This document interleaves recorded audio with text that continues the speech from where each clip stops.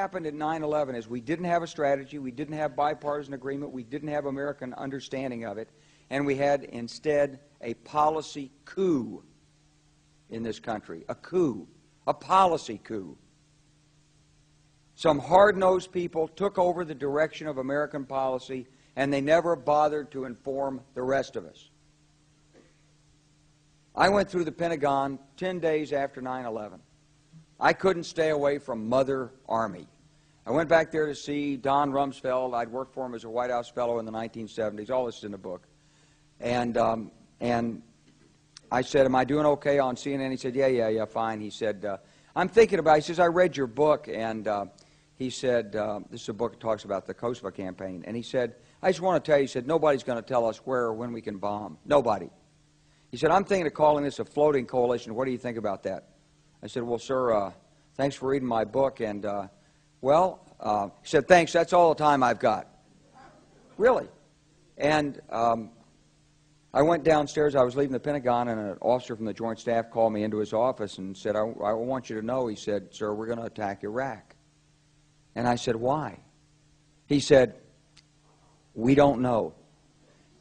He said, I said, well, did they tie Saddam to 9/11? He said, no. And then I came back to the Pentagon about 6 weeks later. I saw the same officer. I said, why haven't we attacked Iraq? We still going to attack Iraq? He said, oh, sir. He says, it's worse than that. He said, he pulled up a piece of paper off his desk. He said, I just got this memo from the Secretary of Defense's office. It says we're going to attack and destroy the governments in 7 countries in 5 years. We're going to start with Iraq, and then we're going to move to Syria, Lebanon, Libya, Somalia, Sudan, and Iran. I said, 7 countries in 5 years. I said, is that a classified memo? He said, yes, sir. I said, well, don't show it to me. He was about to show it to me. He said, because I want to talk about it. And I sat on this information for a long time, for about 6 or 8 months. I was so stunned by this, I couldn't begin to talk about it. And I couldn't believe it would really be true, but that's actually what happened. These people took control of the policy in the United States. And I realized then, it came back to me, a 1991 meeting I had with Paul Wolfowitz. You know, in 2001, he was Deputy Secretary of Defense, but in 1991, he was the Undersecretary of Defense for Policy. It's the number 3 position in the Pentagon. He said, and we've got about 5 or 10 years to clean up those old Soviet client regimes.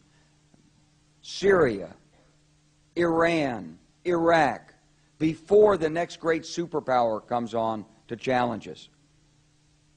It was a pretty stunning thing. You mean, the purpose of the military is to start wars and change governments? It's not to sort of deter conflict? We're going to invade countries? And, you know, my mind was spinning.